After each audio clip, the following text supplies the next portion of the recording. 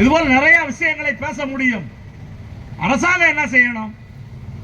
இப்ப கிட்டத்தட்ட ஒரு வருடத்திற்கு, ஒரு மாதத்திற்கு, ஒரு வருடத்திற்கு 300 கோடி ரூபாய் இதில் பிடித்தம் செய்யப்படும். 10 லட்சம் ஊழியர்கள் என்றால் ஒரு வருடத்திற்கு ஒரு மாதத்துக்கு 300 ரூபாய் என்ற அடிப்படையில் 360 கோடி ரூபாய், வருஷத்துக்கு 3200 ரூபாய். ஒரு 10 லட்சம் பேர்த்த பேர்த்தினா 360 கோடி ரூபாய். 360 கோடி ரூபாயில எவ்வளவு பேர் சிகிச்சை பெறுகிறார்கள்? புள்ளி விவரம் என்ன சொல்லுது? 5% கூட. அதாவது 10 லட்சம் பேரில் 50,000 பேர் கூட சிகிச்சை பெறுவது கிடையாது. 50,000 பேருக்கும் 5 லட்சம் கொடுத்தா கூட, 4 லட்சம் கொடுத்தா கூட 200 கோடி தான். ஆனா இங்க இருக்கிறவங்க எல்லாமே காப்பீடு திட்டத்தில் இருப்பவர்கள் தான். கிட்டத்தட்ட ஒரு 1000 பேர்கிட்ட இருக்கிறாங்க. 5% பேர் என்றால் ஒரு 500 பேராவது ஆபரேஷன் பண்ணியிருக்கணும். 1000 பேர்ல ஒரு 50 பேர் 60 பேராவது அறுவை சிகிச்சை பண்ணியிருக்க வேண்டும். ஆனால் இந்த கூட்டத்தில் 60 பேர் 70 பேர் அறுவை சிகிச்சை பண்ணியவர்கள் இருப்பார்களா? நிச்சயமா இருக்காது. அது 5% குறைவு தான். இதுல ஒரு மிகப்பெரிய கொள்ளை என்பது நடக்கின்றது. இதெல்லாம் எப்படி வந்தது? ஒரு காலத்திலே கார்பரேட் மருத்துவமனை என்பதே கிடையாது. இன்னைக்கு ஹாஸ்பிட்டல் யார் உங்களுக்கு தெரியும். நீங்கள் ஆசிரியர்கள், பள்ளிக்கூடத்தை யார் நடத்துகிறார்? பள்ளிக்கூடத்தை ஆசிரியர்கள் நடத்துவது கிடையாது. ஆசிரியர்கள் வேணால் பாடம் சொல்லிக் கொடுக்கின்றார்கள். ஆனால் பள்ளிக்கூடத்தினுடைய அதிபராக யார் இருக்கின்றார்? பல தொழில் பண்றவர் இதை ஒரு தொழிலாக கொண்டு வந்துட்டான். ஆசிரியர் தொழிலை, கல்வி கற்பதை தொழிலாக இன்றைக்கு மாற்றி விட்டார்கள். அதே போல மருத்துவ சிகிச்சையை தொழிலாக மாற்றி விட்டார்கள்.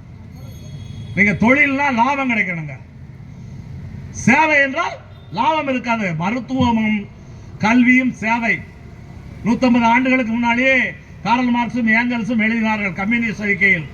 இந்த முதலாளித்துவ சமூகம் வணக்கத்துக்கும் போற்றுதலுக்கும் உரிய மருத்துவத்தையும் ஆசிரியர் தொழிலையும் காசு பணம் சம்பாதிக்கும் தொழிலாக சிறுமைப்படுத்தி விட்டது என்று 150 ஆண்டுகளுக்கு முன்னால கம்யூனிஸ்ட் மேனிபெஸ்டோவில் மார்க்சும் ஏங்கல்ஸும் எழுதியிருக்கின்றார்கள்.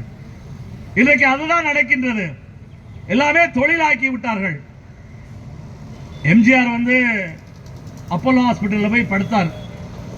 எம்ஜிஆர் அப்போலோ ஆஸ்பத்திரியில் போய் படுக்கிறது வரைக்கும் இப்படி ஒரு அப்போலோ ஹாஸ்பிட்டல் இருப்பது என்பதே தமிழ்நாட்டு மக்களுக்கு தெரியாது. அதற்கு முன்னால் சிகிச்சை எல்லாம் எங்கே? அரசு ஆஸ்பத்திரி தான். முதலமைச்சர் உட்பட, முக்கிய பிரமுகர்கள் உட்பட காமராஜர் அரசு மருத்துவமனையிலே தான் சிகிச்சை பெற்றார். அண்ணா, பெரியார் இவர்கள் எல்லாம். ஆனால் இன்றைக்கு அரசினுடைய முதலமைச்சரோ அரசினுடைய அமைச்சர்களோ கூட அரசு மருத்துவமனைக்கு போவது கிடையாது. அதனுடைய அர்த்தம் என்ன? அரசு மருத்துவமனை மோசம் என்பதை அரசியல்வாதிகளே மக்களுக்கு சொல்கின்றார்கள். மறுபுறத்திலே கார்பரேட் மருத்துவமனைகள் கொள்ளையடிப்பதற்கான ஏற்பாட்டை செய்து கொண்டிருக்கின்றார்கள். எனவே நீதிமன்றங்களும் சொல்லி இருக்கின்றது, தி கேஷ்லெஸ் ட்ரீட்மெண்ட் என்று அரசு ஆணை பெறப்பட்ட பிறகு அரசு ஆணையை அரசு மருத்துவமனைகள் மதிக்கவில்லை. அரசு ஆணையை இன்சூரன்ஸ் நிறுவனங்கள் மதிக்கவில்லை என்றால் அதில் வெக்கப்பட வேண்டியது, வேதனைப்பட வேண்டியது, கோபப்பட வேண்டியது அரசாங்கம் தான்.